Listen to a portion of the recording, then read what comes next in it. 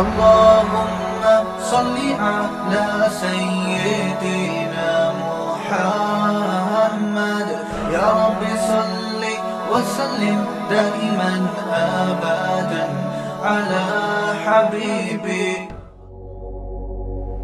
تو قرآن کہتا ہے اولئک هم الوارثون، یہ لوگ وارث ہیں، الذین یرثون الفردوس، جو فردوس کے وارث بنیں گے، ہم فیہا خالدون، یہ بدلہ میں دوں گا، یہ انسان یہ حکومتیں نہیں دے رہی، تو جو میں بدلہ دوں گا جیسا میں ہوں بدلہ بھی ویسا. آج لبرل اور ایتھیس لوگ جنت کا مذاق اڑاتے ہیں کہ یار اتنی عیاشی کی چیزیں یہ مولوی لوگ بیان کرتے ہیں، جنت میں حوریں ہوں گی، نہریں ہوں گی، باغات ہوں گے اور موتی کے محلات ہوں گے.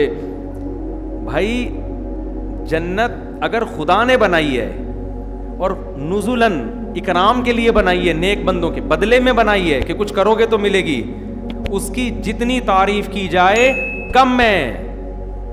انسان کی عقل جب غلط استعمال ہوتی ہے نا تو پاگل ہو جاتا ہے. وہ عقل جو ہے نا، عقل یہ ہدایت جب وحی کے نور سے استعمال ہوتی ہے تو صحیح، ورنہ یہی عقل انسان کو الٹی چیزوں کی طرف لے کے جاتی ہے. جنت اگر اللہ بنا کے دے رہا ہے تو اس کی جتنی تعریف کی جائے کم ہے. تبھی تو قرآن کہتا ہے فلا تعلم نفس ما اخفی لهم من قرۃ اعین. اللہ خود کہہ رہا ہے کہ میں جو جنت کی تعریفیں کرتا ہوں، اس میں حوریں، اس میں باغات، اس میں جو ہے قطوفها دانیہ، درختوں کے پھل جھکے ہوئے ہوں گے، اور ایسا موسم، نہ اس میں دھوپ نہ گرمی، ایک جیسا ٹیمپریچر، ایک ہمیشہ کی جوانی. اللہ کہتے ہیں یہ میں تمہیں سمجھانے کے لیے. حقیقت یہ ہے کہ کسی نفس کو خبر نہیں ہے، نہ کسی کے دل میں خیال گزرا کہ میں نے اپنے بندوں کے لیے ان کی آنکھوں کی ٹھنڈک کا کیسا سامان چھپا کے رکھا ہوا ہے. یہ دیکھ کے پتہ چلے گا، یہ بتانے سے پتہ نہیں چل سکتا. تو قرآن کہہ رہا ہے ایک نمبر لوگوں کے لیے اولئک هم الوارثون، یہ لوگ وارث ہیں، الذین یرثون الفردوس، جو فردوس کے وارث بنیں گے. وارث کا کیا مطلب؟ باپ کی جائیداد بالآخر بیٹے ہی کے پاس آتی ہے، چاہے وہ محنت کرے یا نہ کرے. اللہ کہتے ہیں یہ جنت کے والے وارث تم ہی بنو گے. جیسے باپ کی وراثت بیٹے سے کوئی چھین نہیں سکتا، یہ جنت بھی تم سے کوئی چھین نہیں سکتا، لازمی ملے گی اگر ان اعمال کو اختیار کرو گے. آگے قرآن کہتا ہے فوراً ایک اشکال ہوتا ہے، اے اللہ یہ جنت ملے گی کب؟ قرآن کیسے انسان کی نفسیات کو جانتا ہے نا. ہم تو مر کے مٹی ہو کے ختم ہو جاتے ہیں، یہاں تو ہمیں کوئی جنت ونت نظر نہیں آتی. تو قرآن کیا کہتا ہے؟ اس وقت ملے گی جب دوبارہ زندہ ہوگے. انسانی عقل کہتی ہے دوبارہ زندہ کیسے ہوں گے بھائی، قبروں میں تو ہڈیاں ختم. قرآن آگے دلیل دیتا ہے وَلَقَدْ خَلَقْنَا الْإِنسَانَ مِنْ سُلَالَةٍ مِّن طِينٍ. اللہ کہتے ہیں ہم نے تمہیں بنایا کیسے، اس پروسیس کو تو دیکھو. مٹی سے اسپم بنتے ہیں. ماں اور باپ گوشت کھائیں گے یا سبزیاں کھائیں گے، یہی ہوتا ہے نا. وہ سبزیاں کہاں سے نکلی ہیں؟ بھائی جو ماں اور باپ جس سے ایگز بنتے ہیں اور اسپم بنتے ہیں وہ کس خوراک سے بنتے ہیں نا. وہ خوراک یا تو گوشت ہوگی یا سبزی ہوگی. سبزیوں میں آلو ہے، پیاز ہے، ٹماٹر ہے، پالک ہے، جو بھی ہے، گوبھی ہے. آپ زمین کو کھودتے ہو، اس میں کیا آلو پیاز ٹماٹر نظر آتا ہے آپ کو؟ اتنا سا بیج ہوتا ہے. اس بیج میں ایک سافٹ ویئر انسٹال ہوتا ہے جس کا کام یہ ہوتا ہے، اگر وہ خربوزے کا بیج ہے اس میں ایک سافٹ ویئر ہے جس کا کام صرف زمین، گوبر، پانی، مٹی کو میسج دینا ہے کہ اس دفعہ گوبر، پانی، مٹی کے ملاپ سے خربوزہ بنانا ہے. وہ صرف اس کے لیے رکھا ہوا ہے، وہ بیج خربوزہ ہے نہیں. تبھی وہ بیج تو ختم ہو چکا ہوتا ہے تھوڑے دنوں میں. آم کی گٹھلی زمین کو میسج دیتی ہے کہ پانی ملے گا، دھوپ ملے گی تو کیا بننا ہے؟ آم. وہ مٹی ہے جس کو ایسے خوبصورت مراحل سے گزار کر ہمارا رب انار، آم، خربوزے، انگور بناتا ہے. اور گوشت جب کھاتے ہیں تو وہ گوشت بھی جانوروں نے زمین کی چیزوں کو کھا کے، وہ بھی کس سے؟ اسی سے تو گوشت بنتا ہے. مٹی ہے، قرآن کہہ رہا ہے جو اتنے پروسیس سے گزارتا ہوں. سب سے پہلے مٹی سے، مٹی کے خلاصے سے تمہیں میں کیا کرتا ہوں؟ تمہیں میں نے بنایا. ثم جعلناہ نطفۃ، پھر میں نے اس کو نطفہ بنایا، اسپم بنایا. اسی خوراک کے ذریعے کیا بنتا ہے؟ باپ کے جسم میں، مرد کے جسم میں اسپم بنتے ہیں، جس کو قرآن نطفہ کہہ رہا ہے، فی قرار مکین، اس کو ماں کے رحم میں ایک مضبوط ٹھکانہ دیتا ہوں میں. آپ نیٹ پہ سرچ کریں، ایک قطرے میں ملینز جرمز ہوتے ہیں، ملینز، جو خوردبین سے نظر آتے ہیں، لیکن اور اتنے دھاگے جیسے. لیکن اللہ کہتے ہیں ماں کے رحم میں اس کو زبردست ایسا پاورفل ٹھکانہ دیتا ہوں کہ ٹس سے مس نہیں ہوتا، ہل نہیں سکتا وہ اپنی جگہ سے. جب کروڑوں اسپم میں سے ایک اسپم کامیاب ہوتا ہے نا ماں کے بیضے میں، انڈے میں جانے میں، تو ایسا اس کو مضبوط ٹھکانہ دیتا ہوں. ثم خلقنا النطفة علقة، جیسے ہی اس کو ٹھکانہ ملتا ہے، اس منی کے قطرے کو میں خون کے لوتھڑے میں تبدیل کر دیتا ہوں. یہ پروسیس کتنا عجیب ہے، لیکن ہمیں عجیب کیوں نہیں لگ رہا؟ اس لیے کہ ہم اپنی آنکھوں سے ہوتا ہوا دیکھ رہے ہیں. ورنہ مٹی سے منی بنانا، منی کو پھر خون میں تبدیل کر دینا. پھر اللہ کہتے ہیں فَخَلَقْنَا الْعَلَقَةَ مُضْغَةً، اسے پھر گوشت میں تبدیل کرتا ہوں، لحم میں. پھر فَخَلَقْنَا الْمُضْغَةَ عِظَامًا، اسی میں ہڈی پیدا کرنا شروع کر دیتا ہوں. گوشت سے کیا بن رہی ہے ماں کے پیٹ میں؟ ہڈیاں بن رہی ہیں. فَكَسَوْنَا الْعِظَامَ اللَّحْمَ، اس ہڈیوں کے ڈھانچے پر خوبصورت گوشت چڑھا دیتا ہوں. ایک عجیب سی چیز نہیں نکلتی بس گوشت ہڈی بن کے، پراپر پورا انسان بنتا ہے. اسی منی سے اس کا دماغ بن رہا ہے. جب ماں روٹی کھا رہی ہے، کھانا کھا رہی ہے، اس بچے کا برین بن رہا ہے.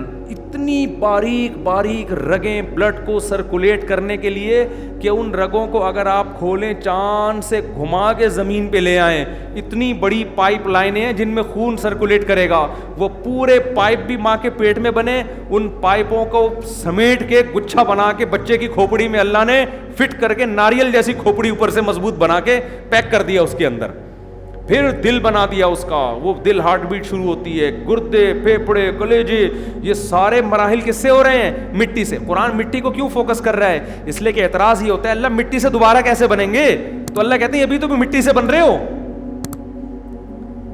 ابھی بھی تو مٹی سے ہی بن رہے ہو. یہ تو تم نے اپنی آنکھوں سے دیکھ لیا کہ مٹی کیسے خربوزے میں تبدیل ہوتی ہے، مٹی سے کیسے آم بنتے ہیں، مٹی سے کیسے گوشت بنتا ہے، مٹی سے کیسے منی بنتی ہے، مٹی سے کیسے ماں کے بیضہ بنتا ہے. پھر ان کا ملاپ سے، اسی خوراک سے، پھر جو مٹی سے بنتی آ رہی ہے اسی سے بچے کی آنکھ، ناک، کان، دل، دماغ، جگر، گردے، پھیپھڑے، کلیجے، یہ ساری کی ساری چیزیں بنتی ہیں. قرآن کہتا ہے ثم انشأناہ خلقا آخر، پھر ایک بالکل الگ تخلیق بنا دیتے ہیں. نخرجکم طفلا، بچہ بنا کے تمہیں ماں کے پیٹ سے باہر نکال دیتے ہیں.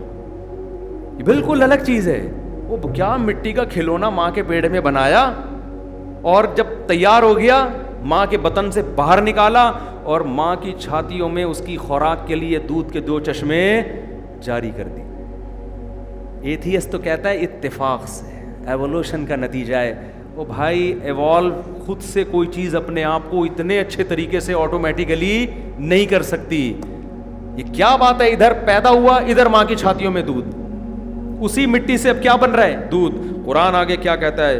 ثم انکم بعد ذلک لمیتون، یہ پورا پروسیس ہوتا ہے، پھر تم جوان ہوتے ہو، کھاتے ہو، پیتے ہو، اس کے بعد پھر تم دوبارہ مر جاتے ہو، مٹی ہو جاتے ہو. اب تم کہتے ہو دوبارہ کیسے اٹھیں گے؟ قرآن کہتا ہے ثم انکم یوم القیامۃ تبعثون، کوئی مسئلہ نہیں ہے جو اتنے سارے پروسیس سے گزار کے مٹی بنا سکتا ہے، وہ اس عمل کو ریورس کر کے دوبارہ انسان بنا سکتا ہے، دوبارہ بنا کے کھڑا کر دے گا اپنے سامنے. سورہ حج میں اس مضمون کو اللہ نے اور انداز سے بیان کیا. یا ایھا الناس، ہے لوگو، اگر تمہیں شک ہے کہ میں کیسے بناؤں گا، فَإِنَّا خَلَقْنَاكُم مِّن تُرَابٍ، دیکھو مٹی سے بنایا، ثُمَّ مِن نُطْفَةٍ، اس مٹی کو منی بنایا، ثُمَّ مِن عَلَقَةٍ، اسے خون بنایا، ثُمَّ مِن مُضْغَةٍ، پھر اسے گوشت بنایا. وہاں اللہ ثم کر کے، پھر یہ ثم کیوں بیان کیا جا رہا ہے؟ 2 مراحل میں بڑا فرق ہے. اللہ کہہ رہے ہیں پھر اس کے بعد یہ ایک نیا کام ہوا ہے، پھر یہ ایک نیا کام ہوا، پھر یہ ایک نیا کام ہوا. سارے نئے نئے کام ہوتے ہوتے تم بچے بن کے ماں کے پیٹ سے باہر آ گئے. پھر ایک نیا کام ہوا، تمہیں جوانی کی دہلیز تک پہنچایا. پھر ایک نیا کام ہوا، تمہیں بڑھاپے کی طرف پہنچایا. لِكَيْ لَا يَعْلَمَ مِن بَعْدِ عِلْمٍ شَيْئًا، سب کچھ جانتے بوجھتے ہوئے بھی سب کچھ بھول چکے ہوتے ہو. تو قرآن کیسے دلائل دے رہا ہے کہ جو خدا یہ کر سکتا ہے اس کو تم کہتے ہو یہ آٹومیٹیکلی ہو گیا. آٹومیٹیکلی تھوڑی ہو گیا, کوئی کر رہا ہے یہ. تو جو یہ کر سکتا ہے وہ دوبارہ کیوں پیدا نہیں کر سکتا؟ آگے قرآن کہتا ہے وَأَنزَلْنَا مِنَ السَّمَاءِ مَاءً, پھر ایسے پیدا کر کے چھوڑا نہیں, آسمان سے ایک اندازے کے حساب سے پانی برستا ہے. فَأَسْكَنَّاهُ فِي الْأَرْضِ, تمہیں ضرورت تھی ہم زمین میں اس کو محفوظ کر دیتے ہیں. ایسے سسٹم زمین میں لگایا ہوا ہے کہ پانی جاتے جاتے غائب نہیں ہو جاتا, ایک سطح پہ جا کے رک جاتا ہے. کیوں؟ جو بچہ پیدا ہوا ہے تاکہ وہ اس پانی سے فائدہ اٹھا سکے. ایوالو کیا ہوتا تو یہ کائنات خود اپنے آپ کو ایسے خوبصورت طریقے سے ایوالو کر رہی ہے کہ جو بچہ آیا ہے تو اس کو ضرورت کیا ہے, ساری ضرورتیں آٹومیٹیکلی پوری ہو رہی ہیں. قرآن کہتا ہے اسکناہ فی الارض وَإِنَّا عَلَىٰ ذَهَابٍ بِهِ لَقَادِرُونَ, ہم چاہیں تو اس پانی کو ختم کر دیں زمین سے. یہ ہم نے سسٹم بنایا ہے کہ ایک جگہ جا کے رک جاتا ہے. پھر قرآن کہتا ہے پھر ہم نے اس پانی سے تمہارے لیے کھجور کے باغات پیدا کیے. پانی مٹی گوبر کے ملاپ سے کیا بن رہا ہے بھائی؟ کھجور کے باغات, وَأَعْنَابٍ, انگور کے باغات, وَشَجَرَةً تَخْرُجُ مِن طُورِ سِيْنَاءَ, اور زیتون کا درخت پیدا ہوتا ہے. زمین میں آئل تلاش کرنے کے لیے کتنے ہزاروں فٹ گہرائی میں جانا پڑتا ہے. اللہ کہتے ہیں تم زمین کھودو کوئی آئل نہیں ہے, لیکن ایک درخت پیدا کرتا ہوں, اس کو نچوڑو گے, زیتون کا ایسا بہترین آئل, کولیسٹرول سے پاک اور ایسا ذائقے دار, وہ آئل میں اسی پانی اور گوبر اور مٹی کے ملاپ سے تمہارے لیے پیدا کر دیتا ہوں میں. تو اللہ نے اس صورت میں بڑے دلائل دیے اپنی قدرت کے. وہ تو اللہ قرآن میں دیتے ہی رہتے ہیں, مگر ہمارے دل بصیرت سے خالی ہو چکے ہیں. قرآن کہتا ہے انہا لا تعمل ابصار, آنکھیں اندھی نہیں ہوتی, وہ دل اندھے ہو جاتے ہیں جو سینوں میں چھپے ہوئے ہیں. جلدی سے میں ختم کرتا ہوں اس مضمون کو, کل ہم سورہ نور انشاءاللہ پڑھیں گے. اس میں اللہ نے اور اپنی نشانیاں بیان کی. آخر میں اللہ نے ان لوگوں کی حالت بیان کی ہے جو ان نشانیوں میں غور و فکر کر کے ایمان نہیں لاتے.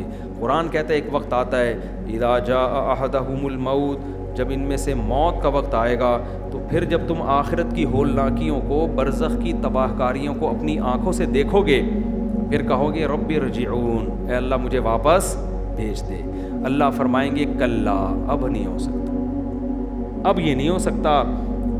کیوں؟ انہا کلمتن, اب جو تو توبہ کر رہا ہے نا, یہ تیری زبان سے نکلا ہوا ایک کلمہ ہے جو ہوا میں تحلیل. اس سے پہلے توبہ کر لیتا, ایک لفظ کہہ دیتا اللہ معاف کر دے, آئندہ میں گناہ نہیں کروں گا, بڑا وزن تھا اللہ کے ہاں اس کا. اب کوئی وزن نہیں ہے. اور پھر آگے سور میں پھونکا جائے گا. اللہ فرماتے ہیں جس کا اعمال نامہ بڑھ گیا, وزندار ہو گیا, کامیاب, اور جس کا ترازو جھک گیا, برائیوں کا ترازو وزنی ہو گیا, یہ وہ لوگ ہیں جنہوں نے اپنے آپ کو خسارے میں ڈال دیا. فی جہنم خالدون, اور ہمیشہ جہنم میں پڑے رہیں گے. تلفح وجوہہم النار, جہنم کی آگ ان کے چہروں کو جلائے گی اور یہ جل کے کوئلہ بن جائیں گے اس میں. اللہ کہے گا الم تکن آیاتی تتلا علیکم, کیا دنیا میں میری آیات تم میں پڑھ کے نہیں سنائی جاتی تھیں جس میں اس آگ سے ڈرایا جاتا تھا؟ تو وہ کہیں گے ربنا غلبت علینا شقوتنا, اے اللہ ہم سنتے تھے لیکن بدبختی ہم پر غالب آ گئی تھی. پھر اللہ فرمائیں گے دیکھو وہ بندے جن کا تم مذاق اڑایا کرتے تھے, انہ کان فریق من عبادی, میرے بندوں کا ایک گروہ ایسا تھا جو جہنم سے پناہ مانگا کرتا تھا, برائیوں سے بچنے کی کوشش کرتا تھا, تم ان کا مذاق اڑاتے تھے. انی جزیتہم الیوم بما صبروا, ان کے صبر کا آج میں نے ان کو کیسا بدلہ دیا. انہم ہم الفائزون, آج وہی کامیاب ہیں. سورت کے آخر کو اللہ نے ایسے ختم کیا افحسبتم انما خلقناکم عبثا, اللہ ہم سے خطاب کرتے ہیں کیا تم نے یہ سمجھ رکھا تھا, یعنی جہنمیوں سے اللہ خطاب کریں گے, کیا تم نے یہ سمجھ رکھا تھا ہم نے تم کو بیکار پیدا کیا ہے, بس کھاؤ پیو لائف کو انجوائے کرو مر کے ختم؟ کیا تم یہ سمجھ بیٹھے تھے؟ کافر کا تو یہی خیال ہے نا, کھاؤ پیو اچھا کرو برا کرو مر کے سب کیا ہو گیا ختم. آفا حسبتم, اللہ سوال کر رہے ہیں یہ تم کیسے فضول باتیں کرتے, یعنی سوچ کے زندگی گزاری تھی تم نے. افحسبتم، یہ سوچا تھا تم نے، انما خلقناکم عبثا، کہ تو ہم نے تم کو بیکار پیدا کیا، وانکم الینا لا ترجعون، اور تم ہماری طرف نہیں لوٹائے جاؤ گے۔ نہیں لوٹایا جانا اس کی علامت ہے آپ اپنے آپ کو کیا سمجھتے ہو؟ بیکار، جس کا کوئی مقصد نہیں ہے۔ کافر سے پوچھے نا کیوں پیدا ہو گیا نا، ویسے ہی ہوگا، اتفاق سے ہوگا، تو جو مرضی کرو۔ اللہ کہتے ہیں فتعال اللہ الملک الحق، جو حق بادشاہ ہے وہ اس عیب سے پاک ہے کہ ایسے ہی پیدا کر دے۔ تو یہ سورہ مومنون کا خلاصہ میں نے آپ کے سامنے پیش کیا۔ بھائی عقل مندی، میں تو جب یہ آیتیں پیش کرتا ہوں حقیقت ہے کہ میرے دل میں شاید آپ سے بھی زیادہ خوف پیدا ہو رہا ہوتا کہ میں اتنا بیان کر رہا ہوں، میں عمل میں کتنا اتر رہا ہوں اس۔ اللہ تو سب سے پہلے ہم سے پوچھے گا نا، تو مجھے یہ آیتیں پڑھ کے بہت خوف آتا ہے کہ اللہ نے ہم پر حجت تمام کر دی ہے، ہمارے پاس قیامت کے دن اللہ کے سامنے اپنی برائی کو اچھا ثابت کرنے کے لیے کوئی عذر موجود نہیں ہے۔ کوئی بھی گناہ ہماری زندگی میں ہے، ہم قیامت میں یہ نہیں کہہ سکتے مجھے پتہ نہیں تھا۔ اتنے اچھے انداز سے اللہ نے سمجھا دیا، ہر لحاظ سے سمجھا دیا۔ اب آخر میں اللہ نے یہی بتایا ہے کہ جب موت کا وقت آئے گا نا اور پھر توبہ کرو گے تو کلا کا مطلب کیا ہے؟ ہرگز نہیں۔ کلا ایک تلوار ہے، اب نہیں سنوں گا میں، اللہ کا قاعدہ ہے۔ سننی ہوتی تو فرعون کی سن لیتا نا اللہ۔ فرعون نے ڈوبتے ہوئے صرف یہ نہیں کہ ایمان لے کر آیا، بڑی ڈیٹیل میں ایمان لے کر آیا، تفصیل کے ساتھ۔ کیا کہتا ہے؟ آمنتو، صرف اتنا کہہ دیتا نا، کہنا چاہیے تھا نا کہ میں اللہ پہ ایمان لے آیا، سب سمجھ جاتے ہیں نا فرشتے کے کیا کہنا چاہ رہا ہے، لیکن نہیں، اتنی ڈیٹیل میں ایمان لے کر آ رہا ہے۔ ساری زندگی حضرت موسیٰ کو ستاتا رہا، ڈوبتے ہوئے کیا کہہ رہا ہے؟ آمنتو، میں ایمان لایا، انہو، کہ بات یہ ہے، تفصیل سے بتا رہا ہوں میں کس طرح کا ایمان لے کر آیا ہوں۔ لا الہ الا الذی، کوئی معبود نہیں ہے سوائے اس معبود کے، آمنت بھی بنو اسرائیل، جو اس بنی اسرائیل کا خدا ہے۔ بالکل متعین کر رہا ہے۔ بھائی تم صرف اتنا کہہ دو میں خدا پر ایمان لے آیا تو اللہ تو سمجھ جائے گا نا۔ پہلے مجمل مبہم ایمان لانے کے لیے بھی تیار نہیں تھا، کہہ رہے انا ربکم الاعلی، میں سب سے بڑا ہوں، اور اب بڑی ڈیٹیل سے ایمان لے کر آ رہا ہے کہ اے اللہ میں ایمان لا رہا ہوں، یہ جو بنی اسرائیل میری غلام قوم ہے نا، یہ جس کو خدا مانتی ہے میں اسی کو خدا مانتا ہوں، صرف وہی ہے، اس کے علاوہ کوئی بھی نہیں ہے۔ پہلے اجمالی ایمان لے آتا، مان لیا جاتا، اب بڑی ڈیٹیل بیان کر رہا ہے، لیکن اللہ فرماتے ہیں الآن، اب نا نا نا، وقد عصیت قبل، اس سے پہلے تو میری نافرمانی کرتا رہا ہے، فَالْيَوْمَ نُنَجِّيكَ بِبَدَنِكَ، اب تو تجھے عذاب بھی ہوگا، جس کا قرآن بیان کرتا ہے کہ یعرضون علیہا غدوا وعشیا، قرآن کہتا ہے فرعون کو اور اس کے درباریوں کو صبح اور شام آگ میں جلایا جاتا ہے۔ برزخ میں یہ عذاب ہو رہا ہے۔ آپ کو فرعون کی لاش مصر میں نظر آتی ہے، لیکن قرآن کہہ رہے اس پر گزر کیا رہی ہے، صبح بھی آگ میں جلایا جاتا ہے اور شام کو بھی۔ وَيَوْمَ تَقُومُ السَّاعَةُ، اور جس دن قیامت قائم ہوگی، ادخلوا آل فرعون اشد العذاب، ہم حکم دیں گے اس سے بڑے عذاب میں فرعون اور اس کے ماننے والوں کو ڈال دو۔ تبھی تو قرآن کہتا ہے فرعون خود بھی تباہ ہوا اور اپنے ماتحت جو درباری تھے نا، جو اس کو فالو کر رہی تھی پوری قوم، ان کو بھی برباد کر دیا۔ فَأَوْرَدَهُمُ النَّارُ، ان کو بھی آگ میں ڈلوا دیا۔ اپنے بڑوں کو اتنا بڑا مانو جتنا افورڈ کر سکتے ہو۔ اپنے جو سیاسی لیڈر ہیں نا، ان کی اتنی تعریفیں کیا کرو جتنا، ابھی کچھ دن پہلے ایک صاحب ایک سیاسی لیڈر کی تعریف کرے، بہت بڑا بدماش، زرداری نہیں، ان کے علاوہ کوئی اور، زرداری صاحب کو میں اب چھوڑ دیا بھائی، ہم سے ہو سکتا ہے اچھے ہوں۔ ایک سیاسی لیڈر کی بڑی تعریف ہے نا، میں نے کہا اس نے اتنے قتل کیے، اس نے یہ کیا، اس نے وہاں آگ لگوائی، اس نے ایک ٹارچر سیل وغیرہ، اتنی، میں نے کہا یار یہ اتنے جرائم کیے ہیں، جن کے گھروں سے جنازے اٹھے ہیں، ان کی پکار کو سنو، کہہ رہے ہیں لیڈر تو صرف وہی ہے، لیڈر تو وہی ہے۔ میں نے کہا ٹھیک ہے، میں دعا کرتا ہوں اللہ قیامت میں آپ کا حشر اسی کے ساتھ کرے۔ کہہ رہے نہیں نہیں نہیں نہیں نہیں نہیں، حشر اس کے ساتھ، دعا مانگو نا، میں دعا نہیں بھی مانگوں نا، آپ تعریفیں کر رہے ہو، حشر آپ کا اسی کے ساتھ ہوگا۔ تو آپ چاہے کوئی بھی تنظیم ہو، اپنے لیڈر کو اتنا فالو کرو، اتنی تعریفیں کرو جتنی قیامت کے دن افورڈ، میں نہیں کہہ رہا تعریفیں نہ کرو، آپ اتنی کرو جس کی ذمہ داری قیامت کے دن اٹھا سکو۔ ایسا نہ ہو اللہ اسی کے ساتھ دھکیل دے تمہیں، جاؤ یہ ہزاروں انسانوں کا قاتل تھا, تم کہتے تھے لیڈر تو یہی ہے, جاؤ اس کے ساتھ تم بھی اس جرم میں شریک ہو برابر کی. قومیت اور عصبیت ہمیں قیامت کے دن اللہ کے عذاب سے نہیں بچا سکتی. میں اگر اردو بولتا ہوں, مجھے میرا اردو بولنا قیامت میں اللہ کے عذاب سے نہیں بچائے گا. میں اگر پشتو بولتا ہوں, مجھے میرا پشتو بولنا, پٹھان ہونا قیامت میں اللہ کے عذاب سے نہیں بچائے گا. میں اگر پنجابی بولتا ہوں تو مجھے میرا پنجابی ہونا قیامت میں اللہ کے عذاب سے نہیں بچائے گا. کی زبان بولتا ہوں, میں اگر بلوچ ہوں, میں اگر ہند کو ہوں, یہ قومیں مجھے نہیں بچائیں گی. مجھے بچانے کے لیے اللہ نے جو قانون بیان کیا وہ اس کتاب میں ہے. اس کے علاوہ اللہ کے ہاں کامیابی کا کرائٹیریا اور کوئی نہیں ہے. تو اپنے سیاسی لیڈروں کو نا ایک حد تک تعریف کیا کرو جتنی قیامت کے دن افورڈ کر سکو. میرے سامنے جب کوئی کہہ رہا ہوتا ہے نا, میں کہتا ہوں اللہ کرے تیرا حشر اسی کے ساتھ ہو قیامت. پھر ایک دم اس کے ضمیر سے آواز آتی, نہیں بھائی وہ تھوڑا, اس کو بھی پتا ہوتا ہے اس کا ٹھکانہ اچھا پتا ہوتا ہے, صرف دنیاوی مفاد میں, قوم پرستی میں اپنے لیڈروں کی تعریف کر رہے ہوتے ہیں. قوم سے محبت ہونا بری بات نہیں ہے, قوم پرست ہونا بری بات ہے. قوم پرستی کا صحیح مطلب بھی ہو سکتا ہے, اس معنی میں قوم پرستی بری چیز نہیں ہے, لیکن قوم پرستی کا مطلب یہ ہے کہ غلط چیزوں میں بھی آپ قوم کی حمایت کریں اور دوسری قوم کی اچھائیوں میں بھی اس کی برائی کریں. اس کا آپ کو قیامت کے دن حساب دینا پڑے گا.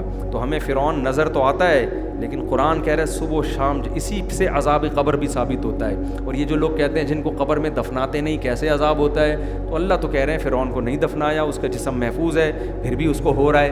تو قبر کے عذاب کے لیے قبر میں دفن ہونا ضروری نہیں ہے. پانی میں مرو گے, اندر اللہ آگ قائم کر دے گا, اندر اللہ آگ قائم کر دے گا. تو قبر کے عذاب سے پناہ مانگنی چاہیے, اور ان احمق اور بیوقوف لوگوں کے اعتراضات کی طرف توجہ نہیں دینی چاہیے. اللہ تعالیٰ سمجھنے کی, عمل کی توفیق عطا. مفتی طارق مسعود صاحب کے بیانات سننے کے لیے youtube.com/مفتی طارق مسعود کو سبسکرائب کریں, اور اگر آپ لائیو ویڈیو کو کبھی بھی مس نہیں کرنا چاہتے ہیں تو سبسکرائب کرنے کے بعد بیل آئیکن پہ کلک کرنا مت بھولیں.